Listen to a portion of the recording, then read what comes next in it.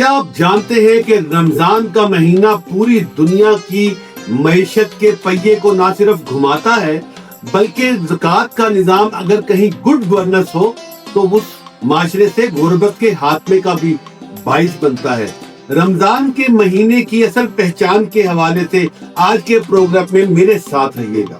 السلام علیکم دوستو، آپ سے ایک سوال ہے، اگر روزہ صرف بھوک ہوتا تو ہزاروں سال سے قائم نہ رہتا، اگر یہ صرف رسم ہوتا تو کلچر نہ بنتا، تو پھر رمضان کیا ہے؟ ایک مہینہ یا نبی کریم صلی اللہ علیہ وآلہ وسلم کا عالمی ویژن کا زندہ ماڈل۔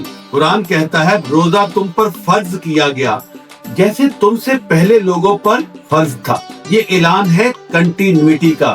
اسلام نے روزہ انٹروڈیوس نہیں کیا دوستو، اسلام نے اسے ایک سسٹم بنایا۔ فرق آپ کو سمجھنا ہوگا، کوئی بھی ڈسکوری انسانی ایگو سے نکلتی ہے، تکمیل حکمت سے ہوتی ہے۔ اب ذرا 7ویں صدی کا عرب کے متعلق تصور کریں، ٹرائبس، ڈویژن اور پاور پالیٹکس، اور ایک آواز اٹھتی ہے صحرائے عرب سے، رسول اللہ صلی اللہ علیہ وآلہ وسلم وہ آواز اٹھاتے ہیں اور قرآن کہتا ہے تم سب ایک امت ہو، نہ نسل اہم، نہ ہی زبان اور نہ ہی ٹرائب، ایک اللہ، ایک کتاب اور ایک ڈائریکشن، یعنی کہ ایک قبلہ۔ دوستو یہ اسپرچول بات نہیں تھی، یہ ایک نیا سوشل آرکیٹیکچر تھا۔ رمضان اس آرکیٹیکچر کا عملی ماڈل ہے۔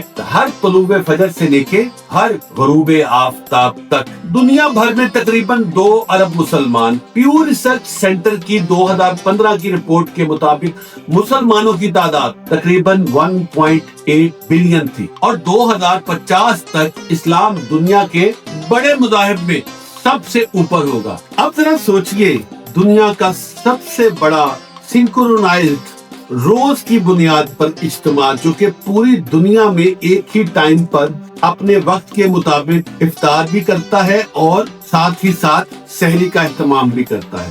نہ کوئی عالمی براڈ کاسٹ، نہ کوئی سینٹرل کنٹرول روم، لیکن دوستو پھر بھی ایک ردم۔ یہ اتفاق نہیں، یہ ڈیزائن ہے کہ روزہ کیا کرتا ہے۔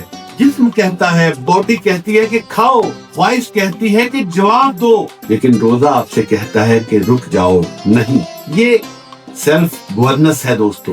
جو شخص خود کو کنٹرول نہیں کر سکتا وہ ایک سوسائٹی کو کیسے سنبھالے گا دوستو۔ رمضان آپ کی امپلس کو ڈسپلن میں بدل دیتا ہے۔ رمضان وہ مہینہ ہے جس میں قرآن نازل ہوا، سورہ بقرہ آیت نمبر 185۔ بھوک کے ساتھ ہدایت، خالی پیٹ کے ساتھ روشن دل، یہ ڈیول کیلیبریشن ہے دوستو۔ پھر لیلۃ القدر، ایک رات 1000 مہینوں سے بہتر، سورہ القدر آیت نمبر 3، یہ ٹائم ملٹی پلائر ہے دوستو۔ اسلام اسپرچولیزم کو مبہم نہیں چھوڑتا، وہ اسے واضح کرتا ہے، وہ اسے انٹینسٹی دیتا ہے۔ اور آخری 10 دن اعتکاف، یعنی کہ آپ کا ٹوٹل فوکس موڈ ایک ڈسٹریکٹڈ دنیا میں۔ فوکس انسان کی سب سے بڑی طاقت ہے۔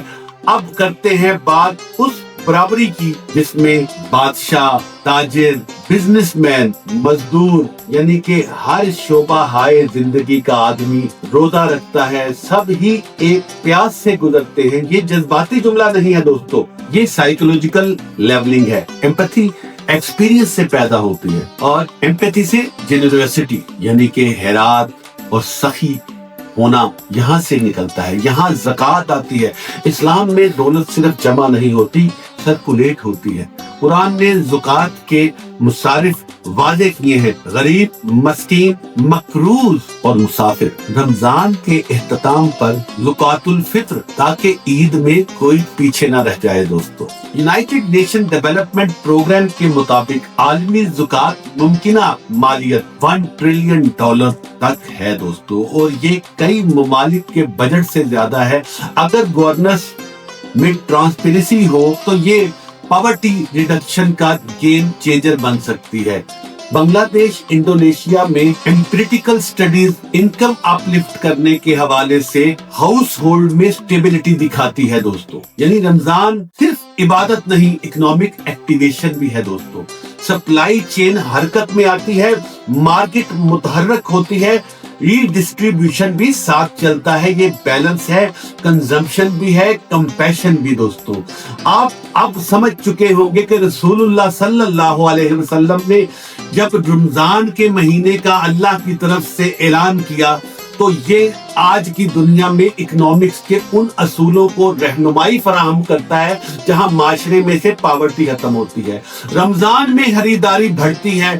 کئی اقتصادی مطالعات کے مطابق عید سیزن میں ریٹیل سپینڈنگ میں بہت ہی زیادہ اضافہ دیکھا گیا، لیکن اسلام نے ساتھ ریسٹرینٹ رکھے ہیں تاکہ مارکیٹ گریڈ نہ بنے بلکہ سروس. اب بات کرتے ہیں صحت کی کہ رمضان کے مہینے میں یہ روزہ آپ کی صحت پہ کیا اثرات مرتب کرتا ہے. New England journal of medicine کے علاوہ متعدد میڈیکل جرنلز میں انٹرمیٹینٹ فاسٹنگ کے حوالے سے بہت کچھ لکھا گیا کہ یہ فاسٹنگ میٹابولک سوئچنگ ہے، یعنی کہ جسم میں گلوکوز اور فیٹ یوٹیلائزیشن کی طرف ایک شفٹ پیدا ہوتا ہے. اور کئی مطالعات میں weight reduction, blood sugar regulation اور کارڈک مارکر میں بھی بہتری نوٹ کی گئی. مگر شرط یہ ہے کہ اس میں بیلنس کیا جائے. اسلام ہمیں بیلنس سکھاتا ہے، نہ زیادہ نہ کم. اب تاریخ کی طرف ایک مرتبہ پھر لوٹ کر آتے ہیں اور دیکھتے ہیں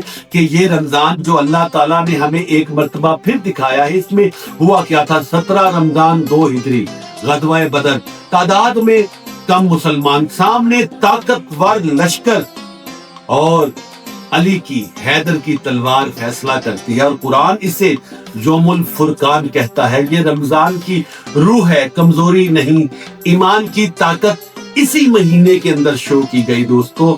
آپ نے اس کو اپنی طاقت کے ساتھ ضرور جوڑنا ہے دوستو. اور اسی مہینے میں 21 رمضان المبارک 40 ہجری میں حضرت علی علیہ السلام کی شہادت ہوتی ہے. کوفہ میں علم، عدل اور شجاعت کا ایک باپ اس دنیا سے چلا جاتا ہے. نبی کریم صلی اللہ علیہ وسلم نے فرمایا تھا، میں علم کا شہر ہوں اور علی اس کا دروازہ ہے. رمضان قرآن کا مہینہ بھی ہے دوستو. بدر کی یاد میں، علی کی قربانی کی یاد میں علم، جوہر، روحانیت سب ایک فریم میں یہاں نظر آتے ہیں. اب آخری سوال کہ 1400 سال بعد بھی یہ نظام، یہ سسٹم کیسے قائم ہے؟ کیونکہ اس کا اصل متن محفوظ ہے، اس کی اصل ترتیب محفوظ ہے. یہ مہینہ ماہ رمضان محفوظ ہے. ہر سال وہی ترتیب ہے. 1400 سال سے لڑی کو جن موتیوں میں پرویا گیا تھا، آج وہی لڑی کے موتی ہم چنتے ہیں. وہی قرآن ہے، وہی قبلہ ہے، وہی روزہ ہے. یہ تسلسل خود ایک سیولائزیشن میریکل ہے دوستو، ایک معجزہ ہے. رمضان صرف بھوک نہیں، فیتھ ریفریش کرتا ہے دوستو. یہ ہمارے مورل کو ریسیٹ کرتا ہے، یہ ہمارے اخلاقیات کو ریسیٹ کرتا ہے.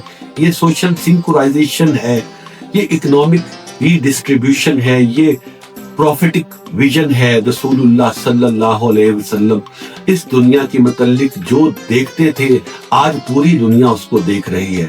اور شاید اسی لیے یہ مہینہ صرف ایک ریلیجیس ٹریڈیشن نہیں ہے، یہ ایک مکمل تہذیبی بلو پرنٹ ہے دوستو. رمضان کا مہینہ آپ کو اور ہمیں دعوت دیتا ہے ایسے سوچنے میں جیسے پروفٹ محمد صلی اللہ علیہ وسلم قوم کی تربیت میں ہم سے کچھ تقاضے کرتے تھے. اس کے ساتھ ہی آپ سے اجازت چاہتا ہوں. اللہ حافظ.